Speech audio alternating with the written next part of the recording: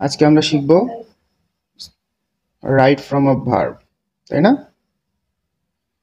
Right verb. তো আমরা right from a verb শিখব। সেক্ষেত্রে আমি তোমাকে একটা সেন্টেন্স দেই, দেখি এটা তুমি কারেকশন করতে পারো কিনা। যেমন ধরো, right form of verbs dash very important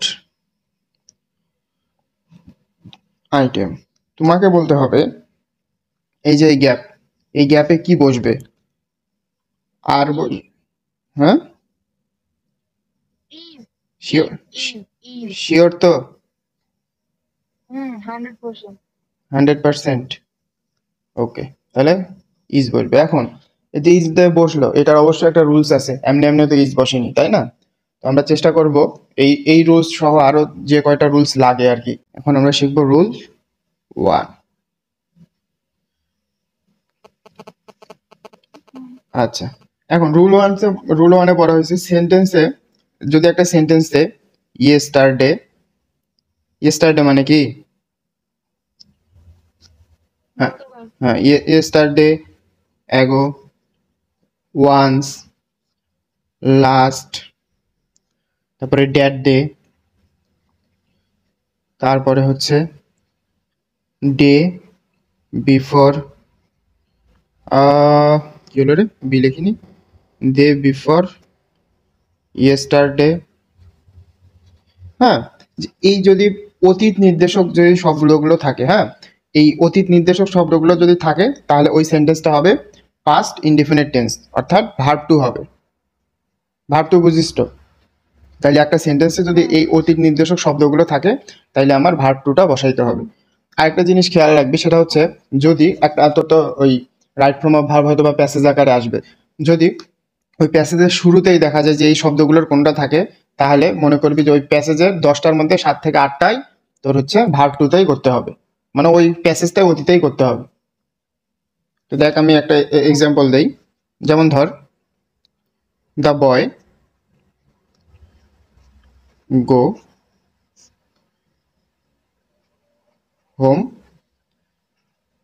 yesterday. তাহলে বল এই গ্যাপে কি বসবে? ওয়েন্ট হবে। হ্যাঁ, the boy went home yesterday, অবশ্যই এটা পাস্টে ভি টুতে লিখতে হবে, কারণ এখানে আমার কি আছে, ইয়েস্টারডে আছে। সরি, কি লিখলাম, ওয়েন্ট, WENT, ওয়েন্ট হবে। ওয়েন্ট মানে গিয়েছিল। তাহলে এটা হচ্ছে rules 1।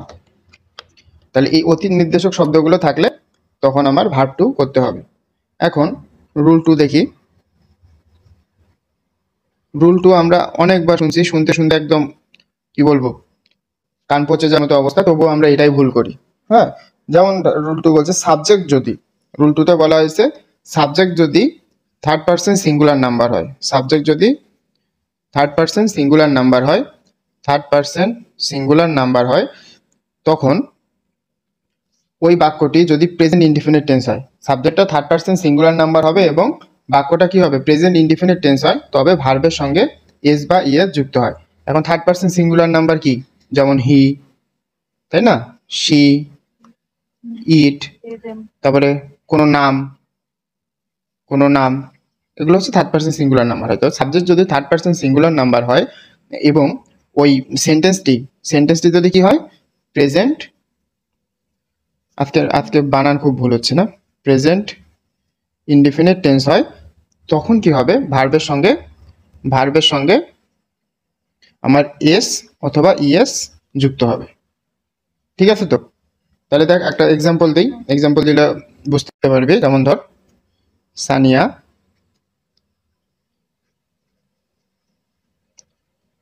Desire dash to have it.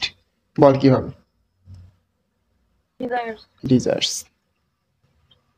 SIRE একটা এস যুক্ত হবে, কারণ Sania third person singular number. খবরদার নিজের নাম দেখে হুটহাট করে দেন ওটা ফার্স্ট পার্সন মনে করিস না। হ্যাঁ, আমার একটা স্টুডেন্ট ছিল, ওরে আমি যতদিন পড়াইছি ওর যদি ওর নাম দিয়ে দিছি মানে ও ভার্বের সাথে এস বা ইয়েস কোনটাই লাগাবে না। ওর ধারণা ওর নাম মানে ফার্স্ট পার্সন। হ্যাঁ, তাই ভুল করিও না, নিজের নাম দেখে আবার আবেগী হয়ে যেও না, তাহলে কিন্তু নাম্বার আবার অটো কাট হয়ে যাবে। ওকে। রুলস 3, রুলস 3-তে বলা হয়েছে একটা সেন্টেন্সটা যদি প্যাসিভ ভয়েসে থাকে, হ্যাঁ, একটা সেন্টেন্স যদি প্যাসিভ ভয়েসে থাকে তখন টেন্স এবং পার্সন অনুযায়ী অক্সিলারি ভার্ব এবং ভার্বের পাস্ট পার্টিসিপল হবে। দেখ এখানে কিন্তু এখন প্যাসিভ ভয়েসের রুলস চলে আসছে। এখন আমি যদি তো প্যাসিভ ভয়েস চেঞ্জ করাই না শিখাইতাম, এখন কোনটা কোন প্যাসিভ ভয়েসে, ওই প্যাসিভ ভয়েস অনুযায়ী ওইটার হচ্ছে অক্সিলারি ভার্ব কি বসবে এটা তো তুই বুঝতি না আমি যদি প্যাসিভ ভয়েস না পড়াইতাম, মানে আমার যদি প্যাসিভ অ্যাক্টিভ টু প্যাসিভ না করাতাম, আমার এই রুলসটা ওটাই আমি তোর বুঝাইতেই পারতাম না। এই জন্যই তো ভয়েস করানো হয়েছে আগে। এখন দেখ এখানে কি বলছে, সেন্টেন্সটি যদি প্যাসিভ ভয়েস হয়, এখন একটা সেন্টেন্স প্যাসিভ, একটা সেন্টেন্সের বাংলা করলে যদি মনে হয় ওইটা কারো দ্বারা করা হচ্ছে, ওইটা কারো দ্বারা করা হচ্ছে এইরকম যদি বোঝায় তাহলে ওইটা হচ্ছে প্যাসিভ, ওইটা হচ্ছে প্যাসিভ, প্যাসিভ আছে ওই সেন্টেন্সটা প্যাসিভ আছে। পাশাপাশি ওই প্যাসিভ ভয়েসের সাবজেক্ট কিন্তু হবে বস্তু বা বিষয়, কি হবে, কোনো বস্তু বা কোনো বিষয় হবে। আর এই ওটা মানে সেন্টেন্সটা অন্য দ্বারাই করা হচ্ছে, কাজটা অন্য দ্বারা করা হচ্ছে এরূপ বোঝাবে, এবং ওই সেন্টেন্সের সাবজেক্টটা হবে বস্তু বা কোনো একটা বিষয়, এটা মনে রাখবি। তাহলে দেখ এখন যদি প্যাসিভ ভয়েসে সেন্টেন্সটা থাকে তাইলে আমার কি করতে হবে, টেন্স আর পার্সন প্রথমে দেখতে হবে ওটা কোন টেন্স আছে, আর ওটা ওখানে পার্সনটা কি, কোন পার্সন আছে সাবজেক্ট।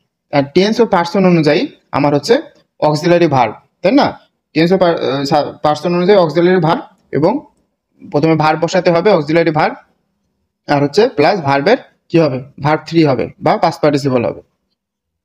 এখন আমরা একটা এক্সাম্পল দিলেই ক্লিয়ার হবে। এখন দেখ আমি একটা এক্সাম্পল দিচ্ছি, যেমন ধর English speak all over the world, এইটা আছে। তাহলে দেখ English speak all over the, ইংলিশটা নিজে কথা বলে না, ইংলিশকে আমরাই বলি, মানে ওই অন্য দ্বারা কাজটা করানো হচ্ছে, তাহলে অবশ্যই এটা প্যাসিভে আছে। এখন প্যাসিভে থাকলে কি হবে, আমার প্রথমে দেখ ইংলিশ, এটা তো হচ্ছে টেন্সটা দেখতে হবে, টেন্স কি, টেন্স হচ্ছে প্রেজেন্ট ইনডিফিনিট টেন্স, আর প্রেজেন্ট ইনডিফিনিট টেন্স অনুযায়ী আমি কি বলছি, টেন্স বা পার্সন অনুযায়ী প্রথমে আমার অক্সিলারি ভার্ব আর হচ্ছে ভার্বের পাস্ট পার্টিসিপল হবে। এখন প্রেজেন্ট ইনডিফিনিট টেন্সের অক্সিলারি ভার্ব কি, ইজ, এম, ইজ, আর, এগুলো তো বসে, তাহলে ইংলিশের পর ইজ বসবে, তারপরে এখানে স্পিক দেওয়া আছে, স্পিকের পাস্ট পার্টিসিপল হচ্ছে স্পোকেন, হচ্ছে এখন রুল 4,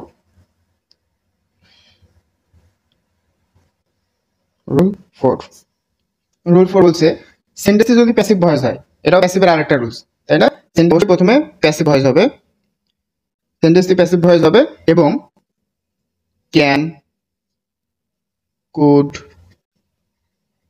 শুড, উইল, উড, তাই না, মাস্ট, ইউজ টু, তারপরে অট টু, এগুলো কি, এগুলো মডেল অক্সিলারি। তাহলে বলছে সেন্টেন্সটি হবে এবং যদি মডেল অক্সিলারিগুলো থাকে, তাই না, যদি মডেল অক্সিলারি থাকে তারপরে কি করতে হবে, এবং তো দেখতে হবে সেন্টেন্সটি প্যাসিভ থাকবে, এবং এসব মডেল অক্সিলারি ভার্ব যদি থাকে তাহলে ওই মডেল অক্সিলারি ভার্বগুলোর পরে একটা বি বসাইতে হবে, তারপরে ভার্বের পাস্ট পার্টিসিপল হবে। এটা তো ওই প্যাসিভ মডেলের যে নিয়মটা আছে, মডেলের একটা নিয়ম লিখে দিছি কি হয়েছে, মডেল অক্সিলারি ভার্বগুলোর পরে একটা বি বসাতে হয়, বি এর পর ওই ভার্বের পার্টিসিপল হয়। তো এইভাবে আমরা রুলস 4টা দেখবো। দেখ যেমন দেখ আফিফা দ্য ওয়ার্ক, আমি কি বলছিলাম, প্যাসিভের সাবজেক্ট হবে বস্তু অথবা বিষয়, দ্য ওয়ার্ক তারপরে can, the work can dash immediately,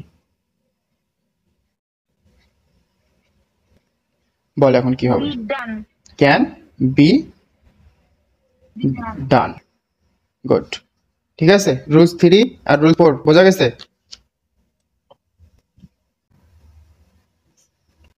ফাইভে বলা হয় একটা সেন্টেন্সের মধ্যে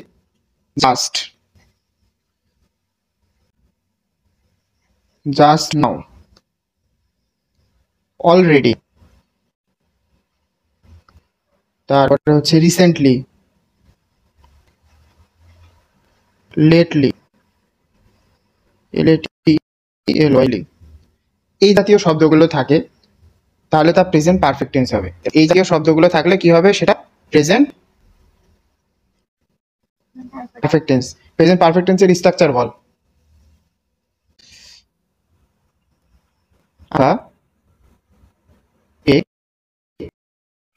ড্যাশ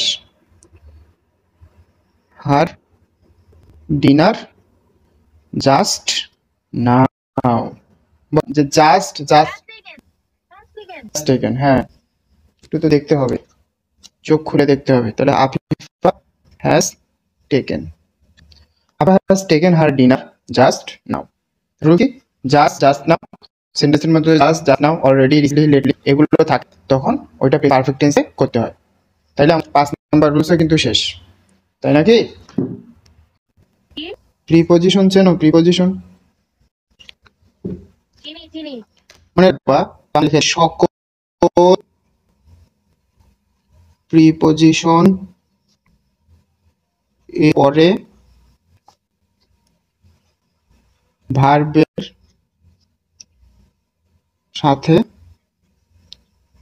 আইএনজি যোগ হয়। যত ধরনের প্রিপজিশন আছে তারপরে ভার্বের সাথে আইএনজি যোগ হয়, তবে তবে টু এর পরে, শুধুমাত্র টু এর পরে ভার্বের প্রেজেন্ট ফর্ম হয়। ভার্বের প্রেজেন্ট ফর্ম হয়। এই লাইন আধা ঘন্টা হলে তোমার বলতে হবে। এই লাইনটা কিন্তু অনেক ইম্পর্টেন্ট। হ্যাঁ, সকল প্রিপজিশনের পরে ভার্বের সাথে আইএনজি যোগ হবে, টু এর পরে ভার্বের সাথে ভার্বের প্রেজেন্ট ফর্ম হয়। যেমন প্রিপজিশন কোনগুলো, ইন, অ্যাট, উইথ, তাই না? এই জাতীয় এগুলো প্রিপজিশন। তারপর টু, দেখ আমি দুইটা এক্সাম্পল দিই তাহলে হচ্ছে ক্লিয়ার হয়ে যাবে। যেমন হি expressed his grief by say that the thief had stolen his watch. বিশাল বড়। he expressed grief by dash that the thief had stolen his watch. এখন বলো তুমি এখানে কি বুঝবে? আমার এর সাথে একটা আইএনজি যুক্ত হবে, কারণ বাটা প্রিপজিশনের পর ভার্বের সাথে আইএনজি যুক্ত হয় সব ক্ষেত্রেই। এখন এটা কি বলছি, শুধু টু এর পরে ভার্বের প্রেজেন্ট ফর্ম। এটাও দেখি এটা কিভাবে হয়। আচ্ছা, তোর নাম কি রে? দেখো, Sania went to New market. Sania went to New Market two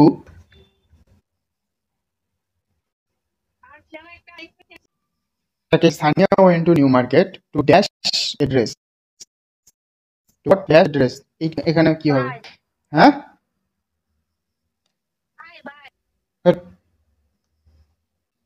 sure তো? Good, bye to New Market to buy a dress. ছয় পড়ালাম। হ্যাঁ,